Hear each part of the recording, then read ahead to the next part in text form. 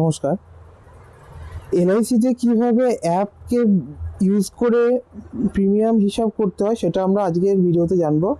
আপনাদের সবার কাছে স্মার্টফোন রয়েছে, সেখান থেকে প্লে স্টোর আপনারা খুলুন এবং প্লে স্টোর খুললে আপনারা যেটা পাবেন সেটা হচ্ছে স্মার্ট অল ইন ওয়ান বলে আপনাদের সার্চ করতে হবে। Smart all in one LIC এইটা লিখে আপনাদের সার্চ করতে হবে, ঠিক আছে।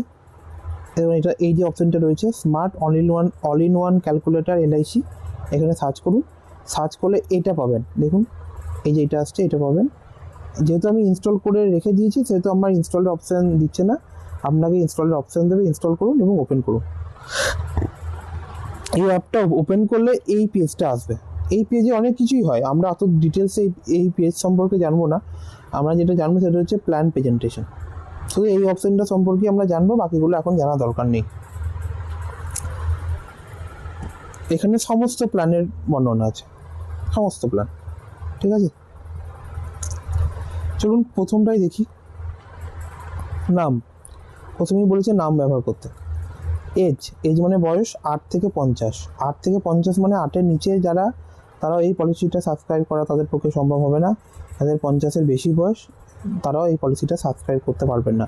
এই পলিসিটা সাবস্ক্রাইব করতে গেলে 8 থেকে 50-এর মধ্যে বয়স হতে হবে। যদি আপনি হিসাব করতে না পারেন যে ভদ্রলোকের বা ভদ্রমহিলার বয়স কত, তখন এখানে ক্লিক করবেন, এই জায়গাটায়। সাপোজ ধরুন কারোর বয়স, কেউ জন্মেছে 1990 সালের 1 মার্চ। ভালো করে দেখে নিন কোথায় ক্লিক করবেন। এই যে 2025 অপশন আছে, এখানে ক্লিক করুন। করলেন, আস্তে আস্তে যান 1990 সাল।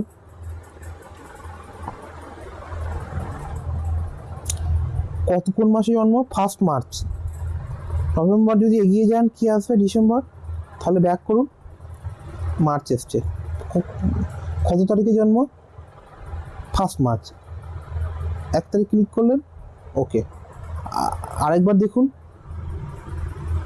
সালে এখানে ক্লিক করবেন, সালে ক্লিক করলে আপনাকে সালের অপশান দিয়ে দেবে। ব্যাক করুন 1990 সাল যান, 1990। এবার মাস, ইয়ারটা হয়ে গেল। এবার কোথায় যাবেন? মাসে, কোন মাসে জন্ম? মার্চ মাসে। নভেম্বর থেকে এগিয়ে গেলে আসবে ডিসেম্বর, তাহলে ব্যাক করতে হবে। মার্চ, কত তারিখে জন্ম? 1 মার্চ। বাস, 36 বছর বয়স, ঠিক আছে। অটোমেটিকলি এটা ক্যালকুলেট করে নেবে আপনাকে। যদি আপনি ম্যানুয়ালি ক্যালকুলেট করতে পারেন, ডাইরেক্ট বয়সটা আপনি অ্যাড করে দিন। যদি না পারেন তাহলে এখানে এসে আবার করতে হবে আপনাকে, ঠিক আছে। হ্যাঁ, সিলেক্ট টার্ম মানে হচ্ছে কি? Policy term. PPT, premium payment period, এর কথাটা মানে হচ্ছে পিপিটি, প্রিমিয়াম পেইং টার্ম। তো চলুন দেখি, 16 বছর দিই। এই পলিসিটা সম্পর্কে আপনারা এখনও জানেন না, তো আমি প্রত্যেকটা পলিসি সম্পর্কে আলাদা করে ভিডিও বানাবো, ঠিক আছে। তো আপাতত জেনে নিন, এই পলিসিতে টার্মও যা, পিটিও যা, পিপিটিও তাই, পিপিটিও তাই, ঠিক আছে। তারপরে দেখুন এখানে 3টে অপশান আছে, সাম অ্যাসিওর, প্রিমিয়াম ম্যাচিউরিটি। সাম অ্যাসিওরে কোন সাম অ্যাসিওরে কত টাকা প্রিমিয়াম আছে এটা আপনারা অনেকেই জানেন না বা আন্দাজ নেই। সেক্ষেত্রে প্রিমিয়াম দিয়ে সার্চ করুন, কাস্টমারকে জিজ্ঞাসা করুন সে কত টাকা প্রিমিয়াম দিতে চাইছে। সাপোজ ধরুন এবার এটা ইয়ারলি মান্থলি করা যায়, আপনি ইয়ারলি ডাইরেক্ট দেখবেন। যদি মান্থলি করতে পারেন মান্থলি, এখানে মান্থলি অপশান আছে। ইয়ারলি মানে বাৎসরিক, মান্থলি মানে মাসিক, হাফ ইয়ারলি মানে অর্ধবার্ষিক, ঠিক আছে। ধরুন কি হয়তো 12,000 টাকা ইয়ারলি দিতে চাইছে। এইগুলো বাকিগুলো জানার দরকার নেই। এইটা হচ্ছে রাইডারের অপশান, যেটা আমরা একটু পরে জানবো। আপাতত দেখি কি হচ্ছে। এই এরর মেসেজটা দেওয়া মানে আপনি যে প্রিমিয়ামটা দিয়েছেন সেটা সাফিসিয়েন্ট নয়। আর মিনিমাম এই যে সাম অ্যাসিওর আর এই টার্ম নিলে মিনিমাম এই টাকাটা আপনাকে দিতেই হবে ইয়ারলি, 13,930 টাকা, মানে 70 টাকা কম 14,000 টাকা। 12,000 টাকায় এই পলিসিটা এই টার্মে এই সাম অ্যাসিওরটা হবে না। তাহলে আপনাকে দুটো কাজ করতে হবে, সাম অ্যাসিওরটা কমাতে হবে, কিন্তু সাম অ্যাসিওর কমানো কি সম্ভব? দেখুন মিনিমাম সাম অ্যাসিওর বলে দিচ্ছে 2 লাখ, তাহলে 2 লাখ সাম অ্যাসিওর সম্ভব নয়। এর মিনিমাম সাম অ্যাসিওরই 2 লাখ, 2 লাখের কমে কি যা সম্ভব নয়। তাহলে কি করতে হবে? প্রিমিয়াম পেমেন্ট টার্মটা আপনাকে বাড়াতে হবে, কারণ যত বেশি দিন আপনি প্রিমিয়াম দেবেন প্রিমিয়ামের অ্যামাউন্টটা তত কম লাগবে। সুদের ইন্টারেস্টের মধ্যে একটা যদি আপনি লোন নেন, এবার লোন যদি আপনি 1 বছরে শোধ করতে যান, হ্যাঁ সুদের টাকা মানে আপনার যে অ্যামাউন্ট লাগে সেটা অনেক বেশি। আমি যদি বলেন না আমি অনেক দিন ধরে আস্তে আস্তে শোধ করবো, তাহলে টাকাটা কম লাগবে। তো এক্ষেত্রেই সেরকম আপনি ধরে নিন যে 2 লাখ টাকা আপনি নিয়েছেন, ধার নিয়েছেন, ঠিক আছে। তো এবার সুদ সমেত ওটাকে করবেন। তো আপনি যদি 16 বছরের টার্ম নেন, বা আপনি যদি মনে করেন 16 বছরে 2 লাখ টাকা আমি শোধ করব, সেক্ষেত্রে 12,000 টাকা ইন্টারেস্ট দিলে হবে না, মানে সুদ আর ইন্টারেস্ট মিলে ওই টাকাটা দিলে হবে না। প্রিন্সিপাল আর ইন্টারেস্ট মিলে যদি আপনি শোধ করতে চান, সুদ আর কী বলো ওটাকে, আপনি যদি ইন্টারেস্ট আর সুদ আর আসল মিলে যদি আপনি টাকাটাকে শোধ করতে যান 2 লাখ টাকা, এবং যদি আপনি মনে করেন 16 বছরে আমি শোধ করে দেব, তো তাহলে আপনাকে মিনিমাম 13,930 টাকা দিতে হবে। এবার আপনি দেখছেন আপনার কাছে অত টাকা নেই, আপনি ম্যাক্সিমাম 12,000 টাকা ইয়ারলি দিতে পারবেন, তাহলে আপনাকে লোনের অ্যামাউন্টটা একটু আপনি যে লোনের অ্যামাউন্টটা নিয়েছেন সেটা একটু কম নিতে হবে, না হলে আপনাকে সময়টা একটু বাড়াতে হবে। কিন্তু এই পলিসিতে আমি যখন লোনের অ্যামাউন্টটা চেক করছেন, যেটাকে আমরা এখানে সাম অ্যাসিওরড বলছি, ঠিক আছে, এখানে আমরা লোনের অ্যামাউন্টটাকে বা সাম অ্যাসিওরড বলছি। আপনি দেখলেন যে 2 লাখ টাকার কমে লোন হচ্ছে না, এবং 2 লাখ টাকা আপনাকে লোন মিনিমাম নিতেই হবে, ঠিক আছে। এবং যদি আপনি 16 বছরে এটাকে শোধ করতে চান, তাহলে আপনার মিনিমাম প্রায় 14,000 টাকা পার ইয়ার লাগছে।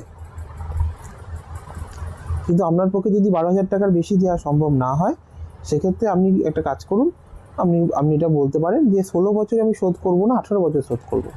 যেহেতু আপনি 2 বছর আরও এক্সট্রা টাকা দেবেন, সেহেতু আপনার অ্যামাউন্টটা কম লাগবে। ওই লোনটা শোধ করার জন্য যে টাকাটা ইয়ারলি আপনার লাগছে, বাৎসরিকভাবে লাগছে, সেটা অনেক কম লাগবে যখন আপনি একটু বেশি সময় ধরে টাকাটা শোধ করবেন।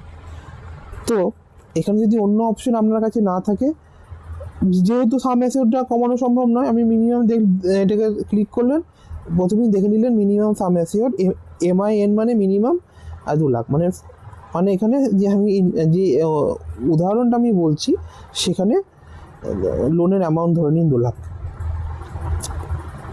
তো সেক্ষেত্রে 16 জায়গায় 18 আপনাকে বা 19 বা 20 দিতে হবে।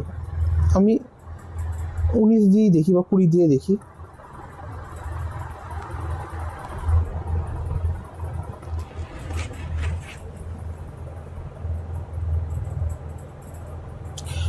দিলে দেখুন, যদি আমি 12,000 টাকা 20 বছর ধরে দিই, 12,164 টাকা করে 20 বছর ধরে দিই, তাহলে আমি 2,20,000 সাম অ্যাসিওরড পেয়ে যাচ্ছি। মানে আমার সাম অ্যাসিওরডটা ক্রস করে গেল। আমার তো 2 লাখ দরকার ছিল, তাহলে আমার 20 বছর ধরে টাকা দেওয়া দরকার নেই, আমার তো 2,20,000 দরকার, 2 লাখ দরকার। এখানে আমি বাকি যে 20,000 এসছে সেটা আমার দরকার নেই, তাই না? এবার সেক্ষেত্রে আমার তাহলে টার্মটা একটু কম হলে ভালো হয়। দেখি 19 নিয়ে কি হচ্ছে, দেখি।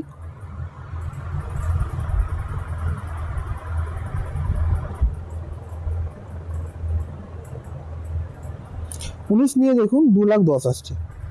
আমার 2 লাখ দরকার, 10,000 এক্সট্রা সাম অ্যাসিওরড আমি কেন নেব? তো আরেকটু কমিয়ে দেখি কি হয়। মোটামুটি 18 দিলে দেখুন মোটামুটি ঠিক আসছে, 2 লাখ আসছে। 2 লাখ টাকা তাহলে 12,323 টাকা, যেটা আপনি যে চাইছিলেন প্রিমিয়াম, সেটাই পাচ্ছেন। 18 বছর দিলে এবং যে সাম অ্যাসিওর আপনি চাইছিলেন মোটামুটি সেই সাম অ্যাসিওরই আসছে। তো সাম অ্যাসিওরও আপনি ঠিক মতো পেলেন, প্রিমিয়ামও আপনি মোটামুটি যেটা চাইছিলেন সেটাই এলো, এবং টার্মটা কত ঠিক হলো, 18 বছর। এইভাবে আপনাকে একটু কমিয়ে বাড়িয়ে জিনিসটাকে দেখে নিতে হবে, ঠিক আছে। এখানে ইয়ারলি বলা আছে, এখানে হাফ ইয়ারলি বলা আছে, এখানে কোয়ার্টারলি মানে 3 মাস অন্তর কত টাকা লাগবে সেটা বলা আছে, এখানে মান্থলি বলা আছে, হ্যাঁ 1 মাসে কত টাকা লাগবে সেটা বলা আছে। মনে রাখবেন এখনকার সব পলিসি শুরু করতে গেলে মিনিমাম 3 মাসের প্রিমিয়াম দিয়ে শুরু করতে হয়। যদি আপনি পলিসি শুরু করতে যান সেখানে মিনিমাম 3 মাসের প্রিমিয়াম দিয়ে আপনাকে পলিসিটা শুরু করতে হবে, ঠিক আছে। তো এবার টেবিলে আসবো, যে টেবিলটা খুব ইম্পর্টেন্ট একটা জিনিস শুরু করে নিই।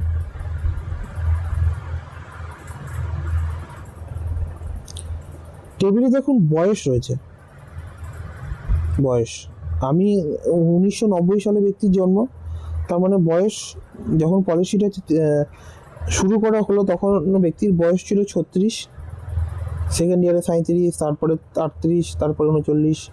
অনেক সময় কি থাকে এইখানে একটা পলিসি ইয়ার বলে থাকে, এটা পলিসির ফার্স্ট ইয়ার, এটা পলিসির সেকেন্ড ইয়ার, এটা পলিসির থার্ড ইয়ার, এটা পলিসির ফোর্থ ইয়ার।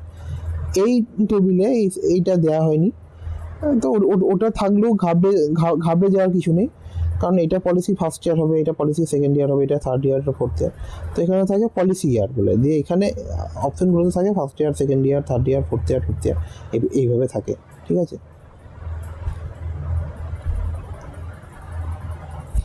তো ইয়ারলি প্রিমিয়াম কত টাকা লাগছে দেখুন, 12,330 টাকা,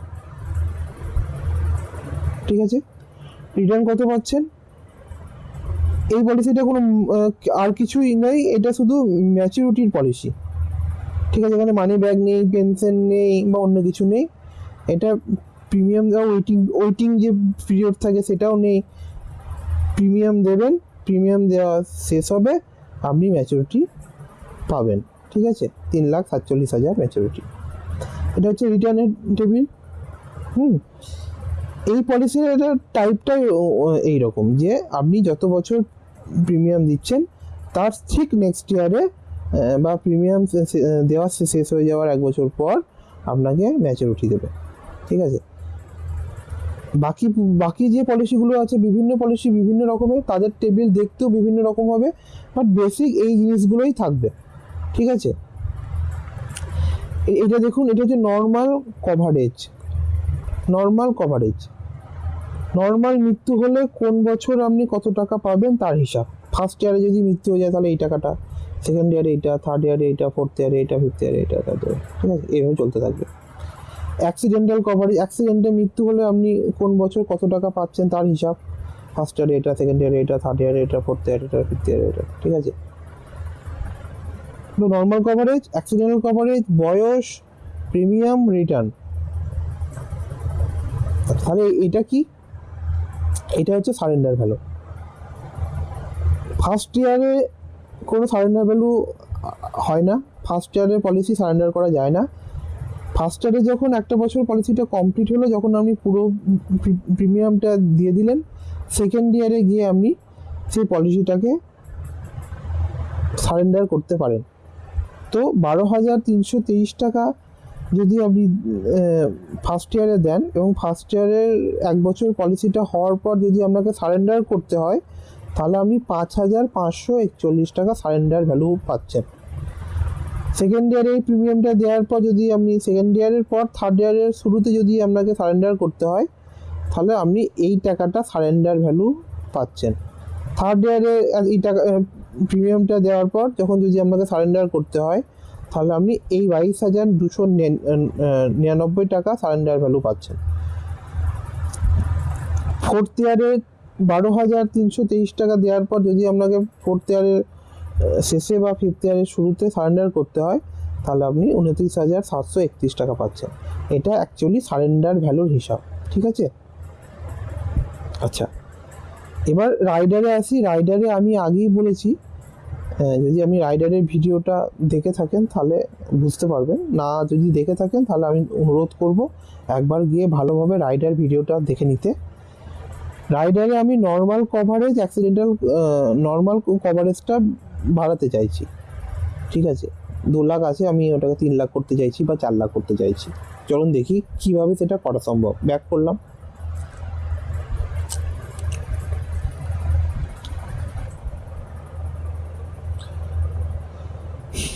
দেখুন এইখান থেকে পুরো এতটা পর্যন্ত আমাকে কিচ্ছু করার দরকার নেই, ঠিক আছে। এগুলো দেখে কিছু ভাববে যাওয়ার কিছু নেই। সাম অ্যাসিওর বা প্রিমিয়াম দেওয়ার পর একবারে চলে আসবো এই রাইডারে। দেখুন যেটা ঠিক করা থাকবে, দেখুন এডিডিবি যেটা, এটাকে অ্যাকচুয়ালি এডিডিআর বলে, যেটা আমি রাইডারে এডিডিআর রাইডারটা যে কনসেপ্টটা দিয়েছিলাম এই দুটো সেম। এখানে এটাকে এডিডিবি বলছে, অ্যাকচুয়ালি ওটাকে এডিডিআর বলে, ঠিক আছে। আরটা এখানে নেই, বি মানে হচ্ছে বেনিফিট, আর কিছু না। তো যেখানে টিক করা আছে মনে রাখবেন সেটা ইনবিল্ট। এবার ইনবিল্ট মানে কি? ইনবিল্ট মানে কোনো প্রিমিয়াম ছাড়াই এই রাইডারের বেনিফিট আপনাকে দেওয়া হবে, এর জন্য এক্সট্রা প্রিমিয়াম লাগবে না। ইনবিল্ট মানেই তা, ঠিক আছে। টার্ম রাইডার আপনি এক্সট্রা নিতে পারেন। যদি 18 বছরের নিচে বাচ্চার বয়স হয় সেখানে পিডাব্লিউবি আপনি এক্সট্রা নিতে পারেন। কিন্তু এখানে তো পিডাব্লিউবি অ্যাপ্লিকেবলই নয়, কারণ আমি ধরেছি এই ভদ্রলোকের বয়স বা ভদ্র মহিলার বয়স 36। চলুন টার্ম রাইডারটা অ্যাড করে একটু দেখাই। ধরুন 2 লাখ টাকা অ্যাড করে দিই। মনে রাখবেন 2 লাখ টাকার বেশি কিনতে হবে না, কারণটা হচ্ছে মেন পলিসির যে সাম অ্যাসিওর ছিল সেটাই ছিল 2 লাখ। এই দেখুন, তো টার্ম রাইডার আপনি 2 লাখ টাকার বেশি নিতে পারবেন না, 2 লাখ টাকার মধ্যেই নিতে হবে। দেখুন নর্মাল যে কভারেজ সেটা ডবল হয়ে গেল, 2 লাখ সামথিং ছিল এবং প্রত্যেকটা ক্ষেত্রে আরও 2 লাখ করে অ্যাড হলো, ঠিক আছে। তো 2 লাখ থেকে এটা 4 লাখ হয়ে গেল, ঠিক আছে। তো একটা জিনিস মাথায় রাখবেন,